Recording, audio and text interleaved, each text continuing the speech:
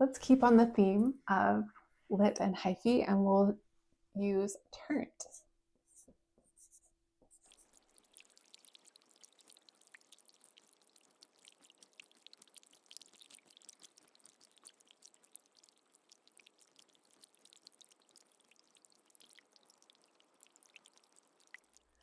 Hello, everyone. Welcome. Welcome. Have a seat wherever you want. We don't do assigned seating in this class. Yeah, you can sit there, no problem. No cell phones, please. You guys, we're not going to be using cell phones at all in this class. Even if you want to look something up, I don't allow cell phones. So put it on silent, put it on do not disturb, tuck it away. If you're caught with a cell phone, there will be consequences, and you don't want to know. There, trust me. Keep them away. Okay. Hopefully everyone's here. Welcome in. I'm so excited to have you in today to Slang 101, your new favorite elective. I am sure all of you are familiar with slang. We've all used it. We've probably looked it up. Even if you're young and hip, you can admit sometimes you hear a word and you're like, what does that mean? So, does anyone here know the definition of slang? No one's feeling brave? Okay, not to worry. I've got it right here. So, of course, there's different definitions, but they all have similar meanings. Okay, so we're going to turn to my favorite Merriam-Webster dictionary for our definition.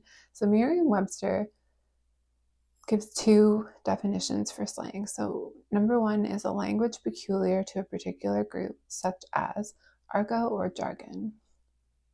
So argot is the language used by a particular type of people or group of people, and often more or less secret vocabulary and idiom peculiar to a particular group.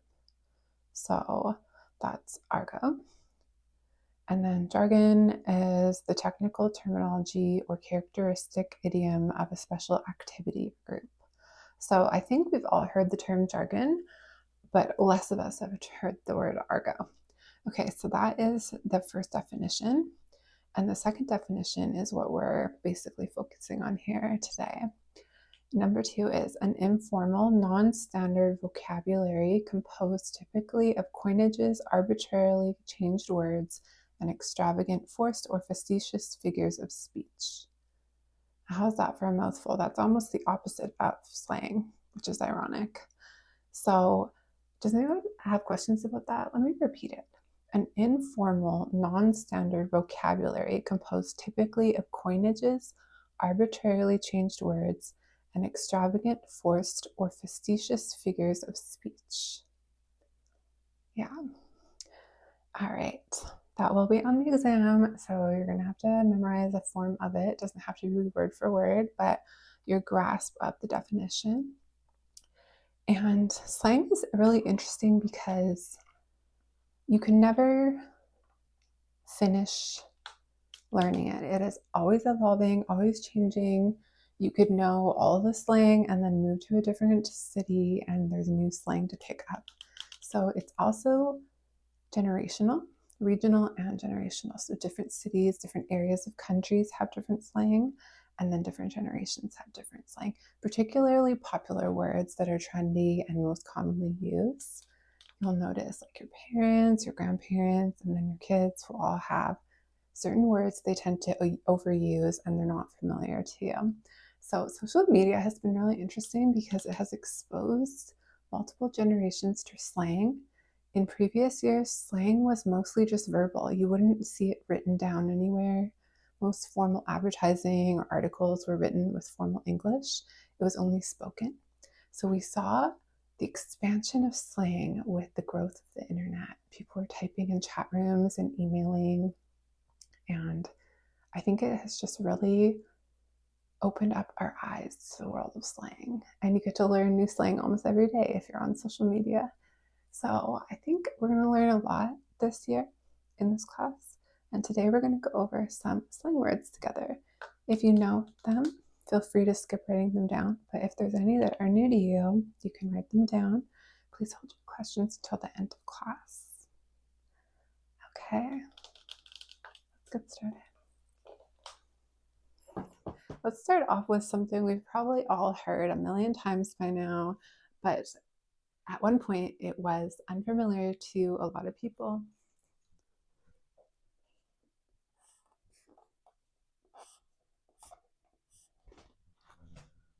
Lit, L-I-T. What does it mean? There's a few different meanings for lit. It can mean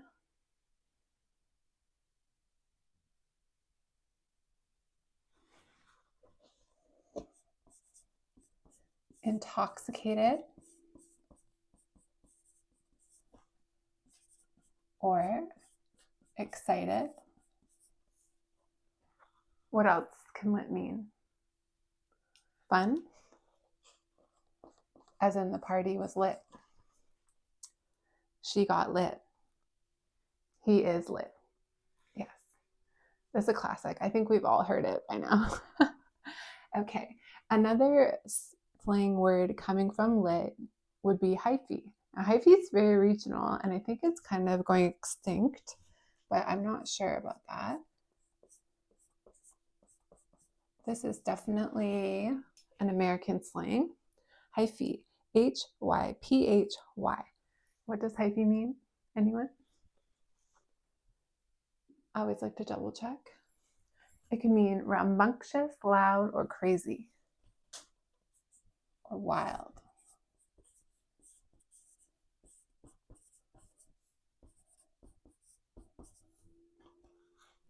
Loud, crazy, or wild. Hyphy. Let's go get hyphy. Yeah, I love that word. You know what? I think we should bring it back. Everyone start saying hyphy today. Thank you. Okay, moving on. Let's keep on the theme of lit and hyphy, and we'll use turnt. T-U-R-N-T, turnt. You can also say turned up. What does turnt mean?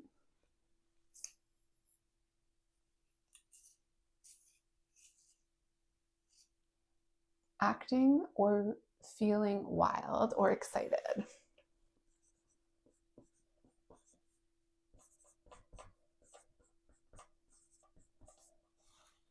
So you can see these three are all basically synonyms, meaning you could use them interchangeably for similar meanings. I would say this one is extremely popular right now. This one is more regional, and this one is also more regional. Lit, hyphy, turnt. Really interesting. So next time you are lit, hyphy, or turnt, make sure to use these words. Moving on to a different category of slang, we have a mentee bee. What is a mentee bee? Does anyone know? That's right, it's a mental breakdown. However, it is used generally as hyperbole. So usually when you're saying it, you're exaggerating. You're not actually having a mental breakdown. You're just upset about something or flustered. So even though it stands for this, it actually is more of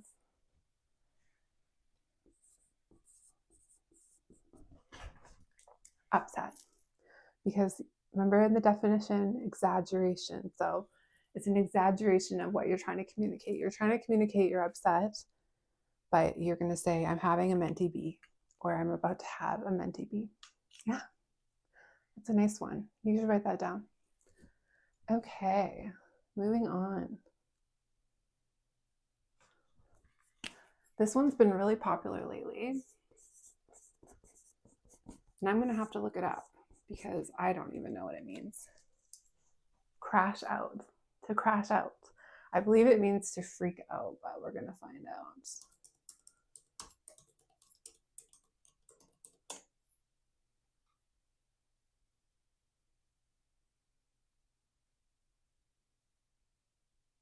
Okay, so getting angry, doing something stupid. So it's basically like freaking out.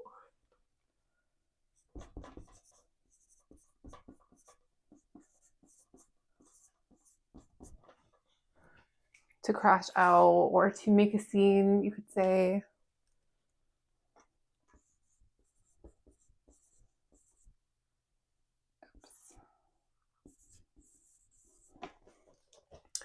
To make a scene, to freak out, to crash out.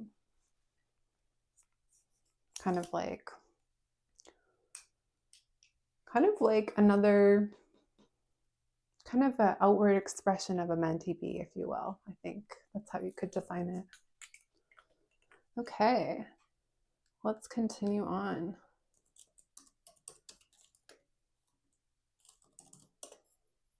Go back to our list of slang here.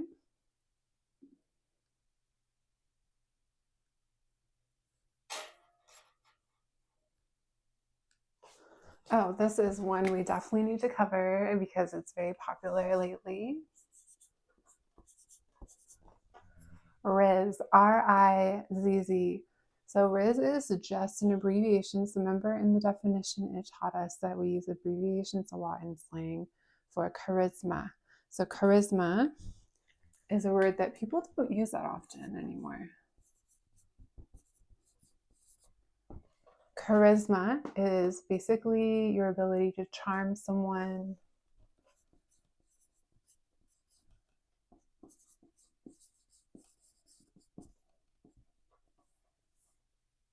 charm them, enchant them.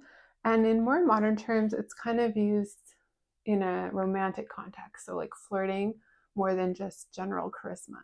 So like you could say a teacher had charisma, but how it's usually meant in slang is more having game. So having the ability to win someone over, to persuade someone to like you.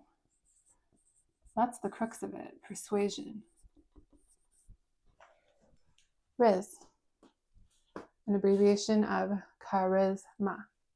To charm, to enchant, to persuade your target. Yeah, it's a great one, isn't it? All right, let's continue on.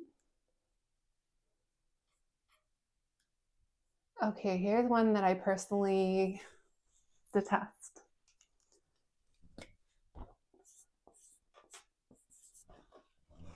Cap, C-A-P, as in that's cap, or sometimes people just say cap. What does it mean?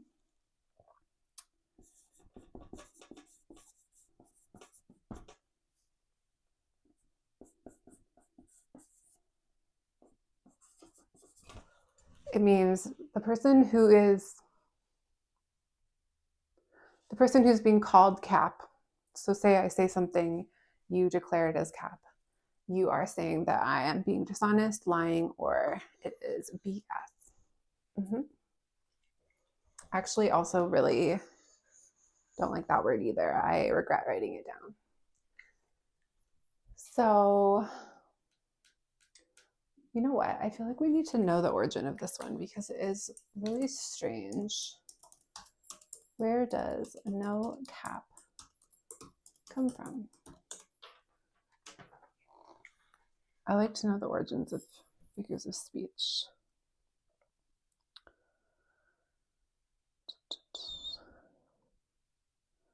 Cap is short for capping, which means lying.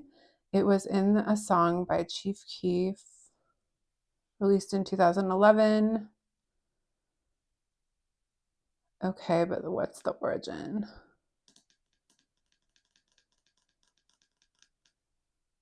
Cap.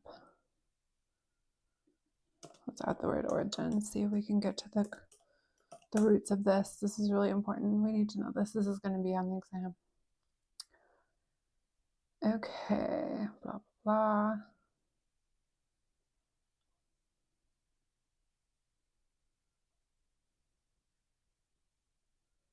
No cap, no lie, for real. Typically used as a disclaimer for anything that could be perceived as cap. To say no cap. Okay, we might find it on this website.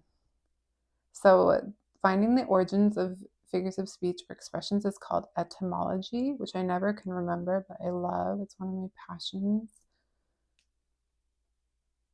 Okay, the etymology of cap. A lie or a falsehood. To say someone is capping means they're lying or exaggerating. Okay.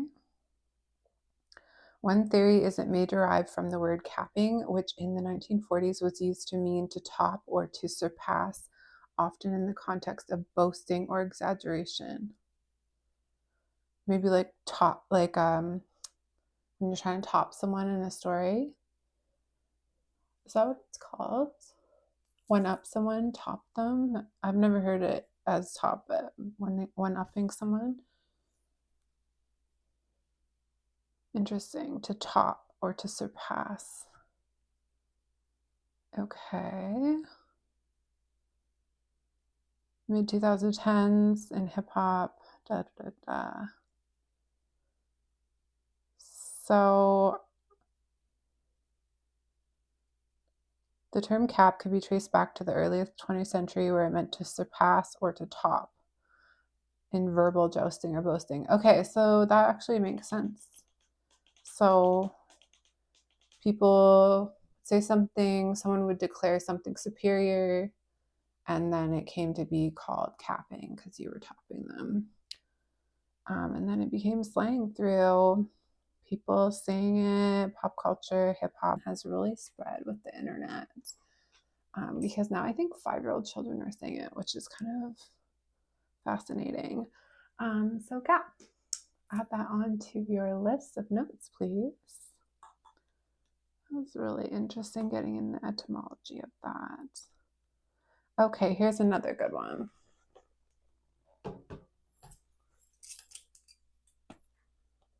Because obviously this has a literal meaning, but in slang it is different.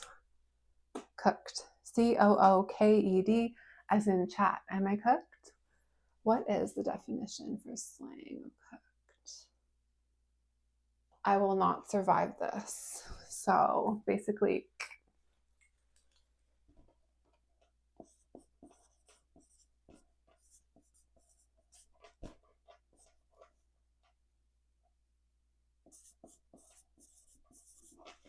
so if something is cooked, it is done, it's over, and it's dead. Cooked. Slang. Chat, am I cooked? Chat says, you're cooked. Okay. Very good. Okay. Let's do low key. LOWKEY. Low key. What does it mean? I'm going to guess that it means subtle, understated, and what else? Subtle, understated, and I can't think of the word. Let's see what this word says. An opinion that you're trying to be subtle about. Okay.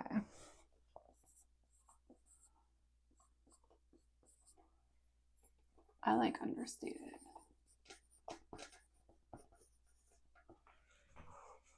Chat, you're low-key cooked. No cap. That is how you could use these in a sentence. Okay, let's carry on to this one, which I have not personally heard in person, but possibly on the internet. Smacks. SMACKS. An indication that something is very good. So this list of slang. Smacks. You know what? I've heard slaps, but I haven't heard smacks. I'm going to go as far as to say that they're interchangeable.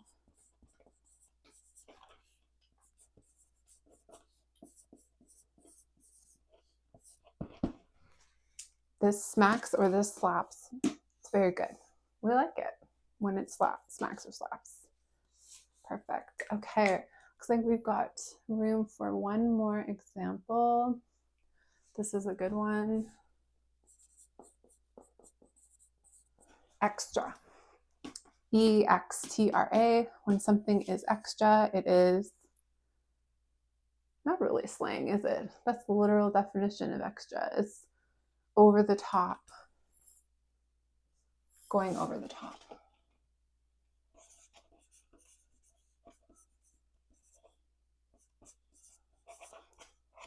When something is extra.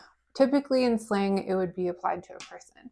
She's so extra, he's so extra, don't be so extra, you know. And on that note, that kind of reminds me of one more that we can go over.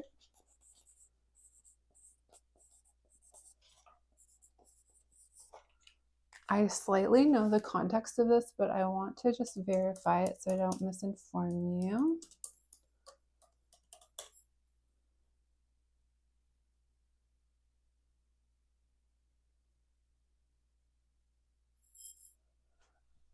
Okay. Brand new. So it's kind of like showing off or acting out of character to impress or give the impression that it's different than what is true. So someone is acting brand new. So say your friend is around this new group of people and they start being disrespectful to you. You could say, why are you acting brand new? To kind of call them out on their behavior of why they're acting differently. So we can define it as, what did they say? Right, showing off.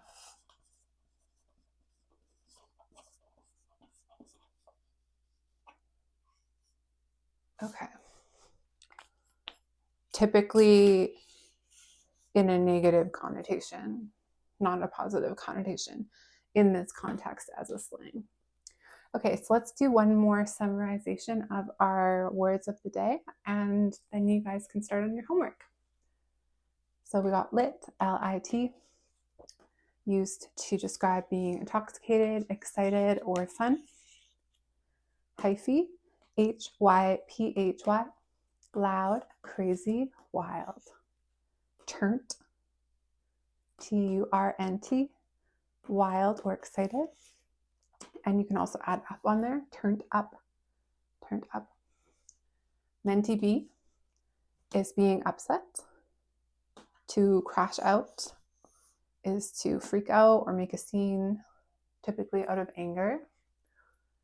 Riz, R-I-Z-Z, is short for charisma, and it is to charm, enchant, or persuade someone. Or flirt is a common meaning of it. Cap, C-A-P, dishonest, lying, or you could add no cap, which means you're not being dishonest or lying. Cooked, C-O-O-K-E-D, you're done, it's over. Low key, a subtle and understated opinion. Typically, he was low key lit at the party. Or I low key can't wait for this class to end.